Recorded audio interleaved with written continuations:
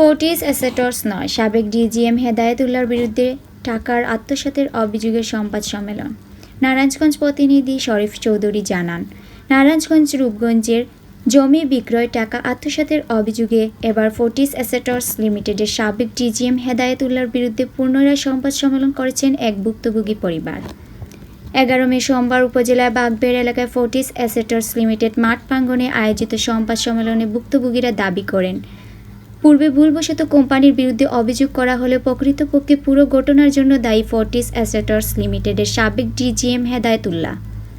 সংবাদ সম্মেলনে ভুক্তভোগী রুবেল মিয়া অভিযোগ করেন, বাগবেড় মৌজা RS 194 নম্বর দাগে 18.75% জমি ফোর্টিস অ্যাসেটস লিমিটেডের কাছে বিক্রি করেন।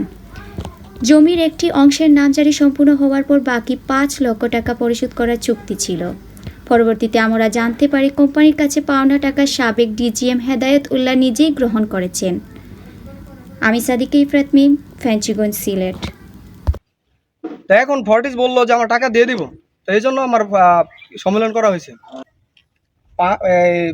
জমি বিক্রি করছি ফোর্টিস সিটির কাছে। হেদায়েতুল্লাহ হলো এটার মাধ্যম, মানে ওনার জিএম ছিল, তো এখানে দায়িত্ব ছিল, তো ওনায় রেজিস্ট্রি করছে। এখন আমি হেদায়েতুল্লাহর কাছে যাওয়ার পরে ওনায় বলছে যে আমি টাকা কোম্পানি থেকে নিয়ে আসি নাই। যদি আমি কোম্পানির কাছ থেকে টাকা নিয়ে আসি তাহলে আমার ওইটা, যেহেতু আমার ওই যে 5 লক্ষ টাকা বাকি, তো ওই 5 লক্ষ টাকা যদি আমি চেক দেই, মানে যে ইটা সিগনেচার করে যে টাকা তো আনতিব, এটা প্রুফ রেখা, তো ওই প্রুফ ওনায় বলছে যে আমি টাকা আনি নাই, ঠিক আছে, যদি আমি কোম্পানির কাছ থেকে আমি টাকা নিয়ে আসি আইসা থাকি তাহলে আমার কোম্পানি আমার প্রুফ দেয়। তো ওনায় বলছে যে ওনায় কোম্পানিতে গেছে কয়েকবার, তো যাওয়ার পরেও আমার এই টাকাটা উদ্ধার হয় না। আমি একটা অভিযোগ দিয়েছিলাম, তো অভিযোগ দেওয়ার পরে তখন কোম্পানির পক্ষ থেকে আসে যে আমি অভিযোগ উঠাইলে আমার টাকাটা দিয়ে দিব। আমি তো যেহেতু হেদায়েতুল্লাহর সিগনেচার আছে, কোম্পানির পক্ষে ওনার ছিল, এখন আমি কোম্পানির কাছে গেছি, আমি সাদাত স্যারের সাথে আমি যোগাযোগ করছি, আমি সাদাত স্যারের ইস্টেমের কপি দিছি, খারিজ আনছি, ওই খারিজের কপি দিছি, দেওয়ার পরে ওনা বলতেছে হেদায়েতুল্লাহর কাছে যাইতে।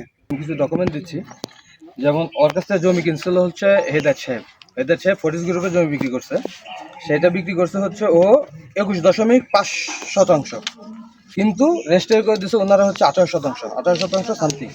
এখান থেকে ওনারা টাকা নিচ্ছে হচ্ছে 2,20,14,950 টাকা। এই টাকাটা নেওয়ার পরে ওনার কাছে কি করছে, ওনার খারিজ ছিল না, এই কারণে ওনার কাছে 5 লাখ টাকা ওনারা দেয় না, একটা স্ট্যাম্প করে দিছে। এই যে স্ট্যাম্পটা হচ্ছে এটা, এই যে হেদায়েত সাহেবের স্ট্যাম্প, হেদায়েত সাহেব একটা স্ট্যাম্প করে দিছে। দেওয়ার পরে ওনারা আর এই টাকাটা দেয় নাই, উনি খারিজ করে দিছে। যখন দেয় নাই, হেদায়েত সাহেব বলছে এই টাকা কোম্পানির কাছে, কিন্তু এই যে আমার কাছে ডকুমেন্ট আছে, হেদায়েত সাহেব সব টাকা উঠে নিয়ে চলে গেছে। 2টা ভাউচারে আপনার টাকা নিচ্ছে হচ্ছে 2,42,00,000 টাকার মতো।